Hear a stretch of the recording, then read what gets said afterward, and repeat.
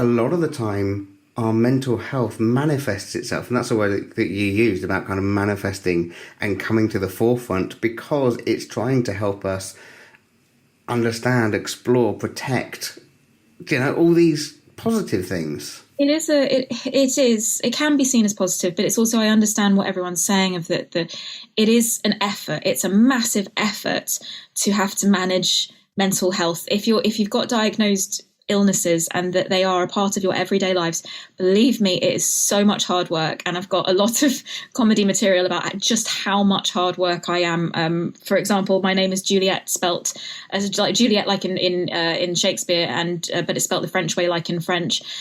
So I'm like Shakespeare and French, 2 GCSEs all rolled into one. What I'm trying to say is I am a lot of hard work, and I am a lot of hard work for myself. Like that's I know that I am who I am because of and in spite of my mental illnesses. I've learned a lot from them, and I've learned a lot about how strong I am and how resilient I can be, and how willing I need to be to learn from those illnesses whenever they come up. And it is really difficult, and it has caused a lot of stress in my life that I hadn't I perhaps wouldn't have experienced otherwise, but it is a part of who I am, and I wouldn't swap it for anything, because it's also a lot of people see mental illnesses as a label, or any disability as a label, and I've done a show recently about labels, and I think that when we think of labels, we only see it as a 2-dimensional idea, whereas actually it's more like a box, it's more like a cube. So we forget to turn it around and go, right, well, if you've got that label, then it might also mean that you are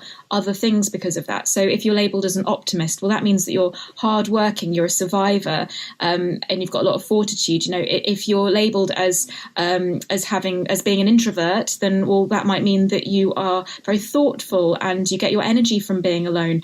And if you're labelled with having mental illness, then if you turn that box around, that will mean hopefully a lot of people with mental illness are very empathetic, because they've had to have a deeper understanding of what it means to feel really alone.